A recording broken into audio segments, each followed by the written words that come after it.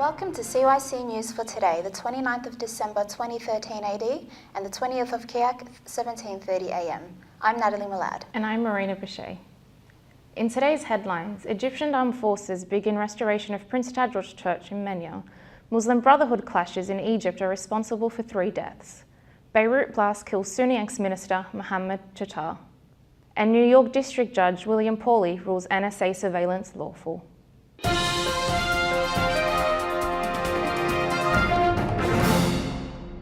First in the news today, the Egyptian armed forces began the restoration of the Prince Tadros Church in Minya, Upper Egypt, which was burnt by the Muslim Brotherhood and its supporters on August 14th, following the dispersal of the Muslim Brotherhood sit-ins in Rabaa el-Adawiyah and Nahdia Suez. The day was called Black Wednesday by the media because of the dozens of churches and public and private Coptic facilities which were burnt. From another side, His Grace Bishop Angelos, Bishop of the UK Diocese, has been interviewed by the BBC regarding the plight of the Christians in the Middle East. Into the political situation in Egypt, 3 people have been killed in fresh clashes between police and Muslim Brotherhood supporters across Egypt. The deaths were reported in Cairo, southern Minya province and the Nile Delta. Some 265 Muslim Brotherhood supporters have been arrested, the Interior Ministry said. Authorities have cracked down on the Brotherhood since July, when Islamist President Mohammed Morsi, who belongs to the group, was deposed by the army. The movement was formally designated a terrorist organization on Wednesday. A Muslim Brotherhood leader in exile vowed that protests would continue. Former Lebanese minister and opposition figure Mohamad Chatah was killed by a car bomb in central Beirut. 4 others were killed and at least 50 people were hurt in the attack. Mr. Chatah, a Sunni Muslim, was an advisor to the ex-PM Saad Hariri. He was also a staunch critic of Syrian President Bashar al-Assad and Lebanon's Shia Hezbollah movement that backs him. There has been a wave of attacks in Lebanon linked to the heightened Sunni-Shia tensions over the Syrian war. No one has claimed responsibility for Friday's attack. Saad Hariri implicitly accused Hezbollah of carrying out the bombing. He blamed those who are hiding from international justice and who have spread the regional fire to the Lebanese nation. For its part, Hezbollah called to the bombing a heinous crime, which comes in the context of a series of crimes and explosions aimed at sabotaging the country. And in the Iraqi capital Baghdad, 2 bombs in Christian areas have killed at least 35 people. One device exploded near a Catholic church when worshippers were leaving a Christmas Day service, killing 24 people. Another bomb ripped through a market, killing 11 more. Christian leaders denied that the attacks had targeted worshippers. Iraq's ancient Christian community has more than halved in recent years from an estimated population of 900,000. Both blasts happened in the Dora area of Baghdad. The bomb outside of St. John's Catholic Church exploded in a parked car shortly after a blast at an outdoor market in the mainly Christian Al-Thorian district. No one has yet admitted carrying out the attacks, which came as Christmas Day services were held across Iraq.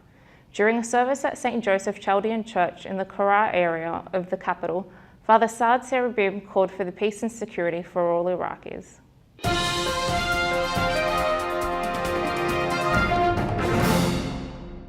To the United States, where a federal judge has ruled that a mass government surveillance of the phone network is illegal, a week after another court has said the opposite. New York District Judge William Pauley described the snooping as a counter-punch against al-Qaeda. He said the National Security Agency program might even have prevented the 9/11 attacks. Last week, a Washington, D.C. federal judge ruled the surveillance was likely unconstitutional. But in Friday's decision, Judge Pauley said the balance of equities in the public interest tilt firmly in favor of the government's position.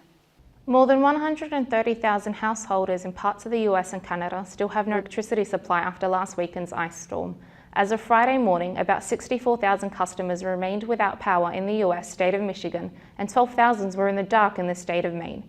Nearly 62,000 in eastern Canada, including 32,000 in Toronto, were still suffering outages.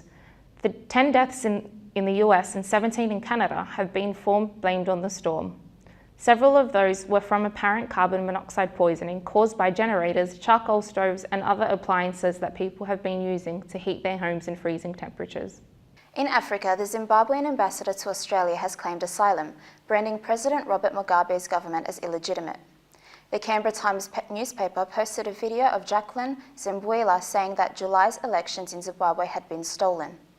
"There's no way I could feel safe to be in Zimbabwe or go back," she said. The opposition alleged that more than 1 million voters were prevented from casting their ballots in July's poll.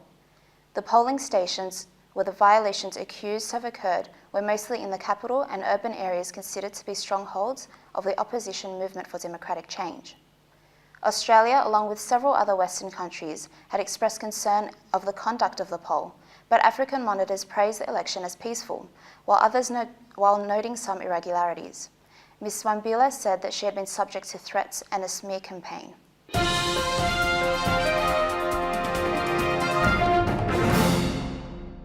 In science, a study has concluded that children are less likely to have a nut allergy if their mother ate nuts while pregnant. The work published in JAMA Pediatrics looked at the health and diets of more than 8,000 children and their mothers. The US researchers believe that the early exposure in the womb creates natural tolerance to certain foods, but the findings conflict with other studies that have shown to either have no effect or possible risk from nut consumption. Experts say this makes it difficult to offer firm advice to mothers-to-be, with the exception of women who are themselves allergic to nuts and should therefore always avoid eating them. Also in health, a study suggests that if everyone over the age of 50 ate an apple a day, 8,500 deaths from heart attacks and strokes could be avoided every year in the UK. Apples would give a similar boost to cardiovascular health as medicines, such as statins, yet carrying none of the side effects, the University of Oxford researchers say. They base their assumptions on modelling, not direct scientific study. Any fruit should work, but getting people to comply could be challenging. Population surveys suggest that more than 2/3 of adults do not eat the recommended 5 portions of fruit and vegetables a day. By their calculations, if adults of all ages could manage to get an extra portion of fruit or vegetable a day, as many as 11,000 vascular deaths could be averted each year.